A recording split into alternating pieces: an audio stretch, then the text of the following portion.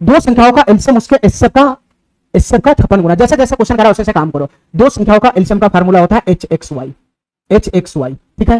दो संख्याओं का एलसीएम उसके एचसीएफ का 56 गुना, एचसीएफ का 56 गुना है, तो इक्वेशन ये बनेगा, एच से समाप्त हो जाएगा।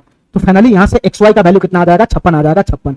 एक इंफॉर्मेशन ये हो गया मेरे पास, ठीक है। ये दो सहभाज्य संख्या का गुणनफल 56 आ गया। आगे बढ़ो मेरे भाई। उसके एचसीएफ और एलसीएम का योग 1710 है। दो संख्याओं का एचसीएफ होता है एच, दो संख्याओं का एलसीएम होता है एच एक्स वाई, और दोनों संख्याओं के एचसीएफ एलसीएम का जो योगफल है वो कितना दे रखा है बताना, वो कितना दे रखा है, 1710 दे रखा है, 1710, ठीक है, 1710 दे रखा है, ठीक है मेरे भाई। यहां से अगर बात करेगा तो एच कॉमन ले लेगा, एच कॉमन लेगा तो अंदर में बचेगा 1 प्लस का एक्स वाई, 1 प्लस का एक्स वाई बराबर 1710 हो जाएगा, ठीक है मेरे भाई। एक्स वाई का वैल्यू मेरे पास है, एक्स वाई का वैल्यू मेरे पास है, तो तुम बताओ मेरे भाई, एक्स वाई का वैल्यू हमारे पास है, एक्स वाई का वैल्यू मेरे पास है, तो मैं यहां पुट करूंगा तो 56 यहां पुट करूंगा तो 56 एक 57, एच गुना का 57, एच गुना का 57 बराबर कितना हो जाएगा, एच गुना का 57 बराबर कितना हो जाएगा, 1710 हो जाएगा, 1710। तो फाइनली एच का मान यहां से आ जाएगा, फाइनली एच का मान यहां से आ जाएगा, 19 53 57 चला जाएगा, 19 नमा 171 90 हो जाएगा, 3 से ये चला जाएगा 30 मरतबे। तो बताओ मेरे भाई एच का वैल्यू फाइनली कितना बन गया, 30 बन गया, 30। यहां से ये दूसरा इंफॉर्मेशन आ गया, दूसरा इंफॉर्मेशन, पहला इंफॉर्मेशन ये, दूसरा इंफॉर्मेशन ये आ गया। इसके बाद आगे बात करो मेरे भाई, दोनों संख्याओं में से एक संख्या 240 है, तो दोनों संख्या, दूसरी संख्या का वैल्यू पूछ रहा क्या होगा, दो संख्या होगा क्या मेरे भाई, एच एक्स और एच वाई होगा। इन दोनों में से कोई एक संख्या मेरे भाई कितना है, 240 है,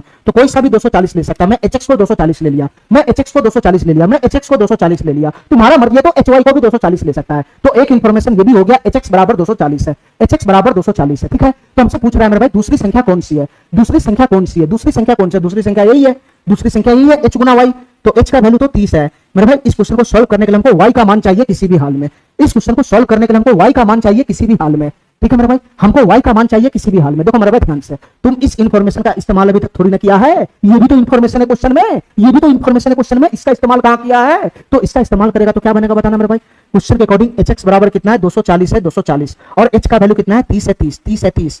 तो तुम बताओ मेरे भाई यहां से एक्स का मान कितना आ जाएगा, ये 30 से 8 मरतबे चला जाएगा, तो यहां से एक्स का मान कितना आ गया, 8 आ गया, 8। एक्स का मान कितना आ गया, 8 आ गया, 8। क्वेश्चन सॉल्व करने के लिए हमको वाई का मान खाली चाहिए, वाई का मान, तो वाई का मान कैसे आएगा बताना, वाई का मान कैसे आएगा बताना मेरे भाई। यहां एक्स गुना वाई 56 है, तो एक्स का मान 8 है, एक्स का मान 8, यहां मैं पुट करूंगा एक्स का मान, तो वाई का मान यहां से नहीं आ जाएगा मेरे भाई, 8 से 7 मरतबे ये नहीं चला जाएगा, तो फाइनली वाई बराबर कितना आ गया, 7 नहीं आ गया, वाई बराबर 7 नहीं आ गया, वाई बराबर 7 नहीं आ गया, तो क्वेश्चन तो हमारा सॉल्व हो गया ना। फाइनली 30 गुना वाई चाहिए, 30 गुना वाई, दूसरी संख्या 30 गुना वाई, 30 गुना, और वाई का वैल्यू कितना है, 7 है, 7, वाई का वैल्यू कितना है, 7 है, 7, तो 30 से कितना हो जाएगा, 3 से 21 210, दूसरी संख्या कितना बन जाएगा, 210 बन जाएगा, 210 बन जाएगा मेरे भाई, ये वाला ऑप्शन हो जाएगा, ठीक है। बहुत ही दिमाग लगाने वाला क्वेश्चन था, कुछ खास नहीं था, जैसे जैसे क्वेश्चन कह रहा था वैसे वैसे मैं करता चला गया, अपने आप इंफॉर्मेशन मिलता चला गया, ठीक है।